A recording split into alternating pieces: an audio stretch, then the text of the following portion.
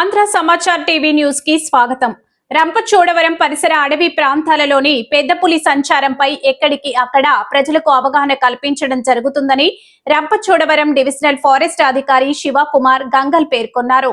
మంగళవారం స్థానిక divisional forest అధికారి ఛాంబర్ లో పులి సంచారంపై ప్రజలకు అవగాహన కల్పించే విధంగా మీడియా సమావేశం డివిజనల్ ఫారెస్ట్ అధికారి నిర్వహించారు. ఈ సందర్భంగా రంపచోడవరం డివిజనల్ ఫారెస్ట్ అధికారి శివకుమార్ గంగల్ మాట్లాడుతూ పాపికొండల నేషనల్ పార్కులో మగ పెద్ద పులి వదలడం జరిగిందని తెలిపారు. నల్లమల్ల అడవుల్లో మగ పులులు ఎక్కువగా ఉండటం వలన కొట్లాడుకునే అవకాశం ఉన్నందున మగ పులిని నేషనల్ పార్కులో వదలడం జరిగిందని తెలిపారు. ప్రతిరోజు సాయంకాలం 6 దాటిన తర్వాత ఒంటరిగా ఎవరూ బయట తిరగవద్దని, అదేవిధంగా చిన్నపిల్లలను రాత్రి సమయంలో ఎట్టి పరిస్థితుల్లోనూ బయటకు పంపొద్దని అన్నారు. ఎక్కడైనా ఆవులు, మేకలు పులి బారిన పడిన ఎడల ప్రభుత్వం ద్వారా నష్టపరిహారం చెల్లించే విధంగా తగు చర్యలు చేపట్టడం జరుగుతుందన్నారు. ఈ పులికి జియో టాగింగ్ సిస్టమ్ అమర్చడం జరిగిందని తెలిపారు. ఈ ప్రాంత ప్రజలు పులి బారిన పడకుండా 24/7 ఎప్పటికప్పుడు పర్యవేక్షించడం జరుగుతుందన్నారు. ఈ పులి సంచారం తగ్గే వరకు గ్రామాలలోని ప్రజలు అప్రమత్తంగా ఉండే విధంగా ఫారెస్ట్ సిబ్బందితో ఎక్కడికక్కడ అవగాహన కార్యక్రమాలు ఏర్పాటు చేయడం జరిగిందని ఆయన తెలిపారు. దానికి వేట తగ్గించాలి. వేట తగ్గితేనే కార్నివల్ పాపులేషన్. యాక్చువల్గా మీరు ఇది పులి గ్రామాల దగ్గర ఏం రాదని అసలు ఇక్కడ ఉండే ట్రైబల్స్ అందరూ కూడా ఊరు వదిలేసి కొండల మీద ఉంటారు. ఆవులన్నింటినీ బయటే కడతారండి. వాళ్ళకి షెడ్ ఉండదు, ఫెన్సింగ్ ఉండదు, ఏమి ఉండదు. కరెక్ట్. సో ఖచ్చితంగా ఫుడ్ అనేది ఒకసారి వచ్చి అటాక్ చేస్తే ఒక 3 days తర్వాత మళ్ళీ వస్తుంది అంటారు. ఇక పిల్లలు కానీ స్కూల్స్ కానీ వీళ్ళందరూ కూడా బయటే ఉంటారండి. అది చూసి ఉంటారు. నమస్తే అండి, గుడ్ మార్నింగ్ ఎవ్రీవన్. నా పేరు శివకుమార్ గంగల్ అండి, ఐఎఫ్ఎస్. ఇప్పుడు currently posted as district forest officer Rampachodavaram అని. సో ఈరోజు ప్రెస్ మీట్ దేనికోసం అంటే మీకు అందరికీ తెలిసినట్టు పెద్ద పులి ఒకటి సంచరిస్తుంది మన ప్రాంతంలో. సో ఇది మనము ఆన్ 6th February మనం కూర్మాపురంలో ఒక టైగర్ని మనం పట్టుకున్నాము. అది పట్టుకున్నాక తర్వాత మనము యానిమల్ రెస్క్యూ సెంటర్ విశాఖపట్నంలో దాన్ని పెట్టాము ఒక 4-5 days కోసము. మానిటరింగ్ అండ్ అబ్జర్వేషన్, దాని హెల్త్ స్టేటస్ ఎలా ఉంది, ఎలా బిహేవ్ చేస్తుంది,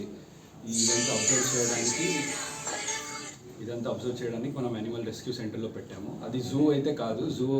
జూ వేరు, యానిమల్ రెస్క్యూ సెంటర్ అయితే వేరు. యానిమల్ రెస్క్యూ సెంటర్లో యూజువల్లీ ఏ పబ్లిక్ రారు, ఎవరికి అలౌడ్ ఉండదు. జూ అయితే అందరు పబ్లిక్ కోసం, అది public exhibition and education and awareness కోసం ఉంటుంది. యానిమల్ రెస్క్యూ సెంటర్ అయితే ఓన్లీ ఫర్ రీవైల్డింగ్. ఇప్పుడు ఏదైతే యానిమల్స్ని మనం అడవి నుంచి పట్టుకుంటామో వాటిని మళ్ళీ మనం రీవైల్డ్ అంటే మళ్ళీ అడవికి వదిలిపెట్టాలంటే అవి హ్యూమన్స్కి ఎక్స్పోజ్ అవ్వకూడదు, హ్యూమన్స్తో కాంటాక్ట్లో ఉండకూడదు. అందుకే మనం ఒక సపరేట్ ఫెసిలిటీ చేసి దాంట్లో పెడతాము. అలాంటి ఒక ఫెసిలిటీలో మనం ఈ పులిని పెట్టాము, యానిమల్ రెస్క్యూ సెంటర్ విశాఖపట్నంలో.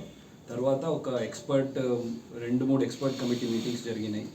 ఆ మీటింగ్స్లో మన national tiger conservation authority head quartered in Delhi, అక్కడి నుంచి మన సీనియర్ మోస్ట్ ఆఫీసర్స్ ఉన్నారు, scientist from wild life institute of India ఉన్నారు, మన senior officers of Andhra Pradesh forest department ఉన్నారు. వీళ్ళందరూ కలిసి ఒక 2-3 మీటింగ్స్ తర్వాత ఇది హెల్త్ స్టేటస్, దీని బిహేవియరు, దీని ఏజ్, ఇదంతా మనము అనలైజ్ చేశాక దీన్ని అడవిలోనే వదిలితే బెస్ట్ అనే ఒక నిర్ణయం మనం తీసుకున్నాము. తర్వాత దీనికి మనం డిప్యూటీ సీఎం పవన్ కళ్యాణ్ గారితో కూడా మనం కన్సల్ట్ అయ్యాము, మన principal chief conservator of forest and head of forest force తరఫు నుంచి. అండ్ పర్మిషన్ కూడా వచ్చింది మాకు ప్రభుత్వం నుంచి, రిలీజ్ చేయాలి, వదలాలి, రీవైల్డింగ్ చేయాలి అని. దీనికి రీవైల్డింగ్ అంటాము. రీవైల్డింగ్ అంటే మళ్ళీ అడవికి వదిలిపెట్టడం. ఎందుకంటే ఇది ఎందుకు మనము దీన్ని వదిలాము అనేది ఒక ప్రశ్న మీకు అందరికి ఉంటుంది. సో ఇప్పుడు ఇది ఒక 650 kilometers వచ్చింది దాదాపు. ఇది కెమెరా ట్రాప్ అయిన లొకేషన్ మోలా డివిజన్ అని ఛత్తీస్గఢ్లో, అక్కడే ఇది కెమెరా ట్రాప్ అయింది. తడోవా అని మీరు చాలా వరకు వినింటారు, తడోవా నుంచి వచ్చింది అది అని. సో తడోవా అథారిటీస్తో మనం కన్ఫర్మ్ చేస్తే వాళ్ళు కన్ఫర్మ్ చేయలేదు. అంటే వాళ్ళ కెమెరా ట్రాప్ అని ఉంటుంది, అన్ని అడవి మొత్తం మనం కెమెరా ట్రాప్ వేస్తాము. ఏ కెమెరా ట్రాప్లో కూడా అది పడలేదు తడోవాలో. లాస్ట్ కెమెరా ట్రాప్ అయిన లొకేషన్ మోలా డివిజన్ అని ఛత్తీస్గఢ్లో. అక్కడి నుంచి దాదాపు ఒక 600 kilometers ఇది ఇక్కడ వచ్చింది. ఆంధ్రప్రదేశ్కి అరౌండ్ 20th January వచ్చింది. ఆల్మోస్ట్ ఏలూరు డివిజన్లో ఇది ఫస్ట్ వచ్చింది, మీకు అందరికి తెలిసే ఉంటుంది.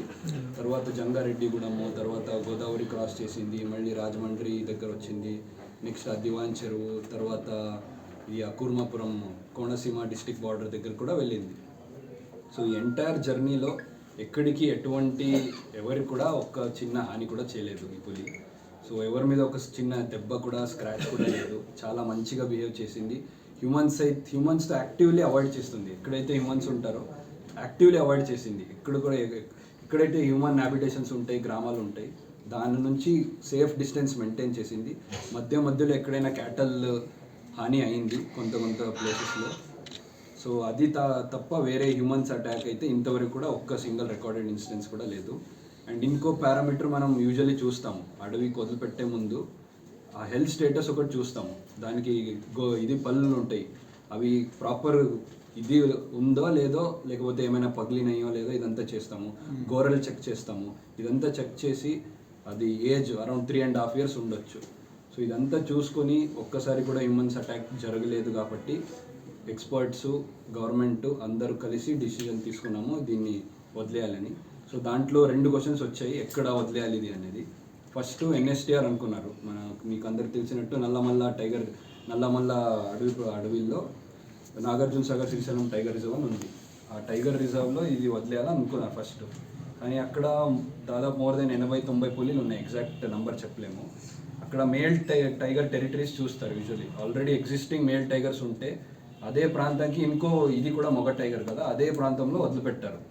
సో మేల్ టైగర్ ఆల్రెడీ ఒక టెరిటరీ ఫామ్ చేసుకుంటే అక్కడ వదిలిపెట్టారు. సో అక్కడ ఆల్రెడీ టెరిటరీస్ ఉన్నాయి అని అక్కడ వద్దనుకున్నారు ఎక్స్పర్ట్స్ అండ్ గవర్నమెంట్ తరఫు నుంచి కూడా. తర్వాత నెక్స్ట్ ఉండేది మన పాపికొండ నేషనల్ పార్క్. హ్యాబిటేట్ బాగుంది, అడవి చాలానే బాగుంది. లోపల డీప్ ఇంటీరియర్లో వెళ్తే చాలా మంచి అడవి ఉంది. తినడానికి మంచి ప్రేబేస్ ఉంది. ప్రేబేస్ అంటే మన గొర్రె గేదెలు, ఏమంటారు, దుప్పులు, కంతులు అన్నీ ఉన్నాయి లోపల. సో ఇదంతా ప్రేబేస్ బాగుంది. పక్కనే గోదావరి నది ఉంది, తాగడానికి నీళ్ళు కూడా ఏమో ఇబ్బంది లేదు. సో ఇదంతా ఈ అన్ని పారామీటర్స్ని మనం అనలైజ్ చేశాక పాపికొండ నేషనల్ పార్క్లో వదలాలని డిసిజన్ తీసుకున్నాక మనం ఆన్ 14th మార్నింగ్ మనం వదిలేసాము. ఈరోజు 24th, 10 days అయింది వదిలేసి. సో దీన్ని మనం ఇప్పుడు ఒక ప్రశ్న వస్తుంది, వదిలాక మనం ఎలా ట్రాక్ చేస్తాం అనేది. సో దానికోసమే మనం ఒక టెలిమెట్రీ ట్రాకింగ్ సిస్టమ్ అంటాం, చాలా అడ్వాన్స్ టెక్నాలజీ ఇది. సో ఆ టెలిమెట్రీ ట్రాకింగ్ ద్వారా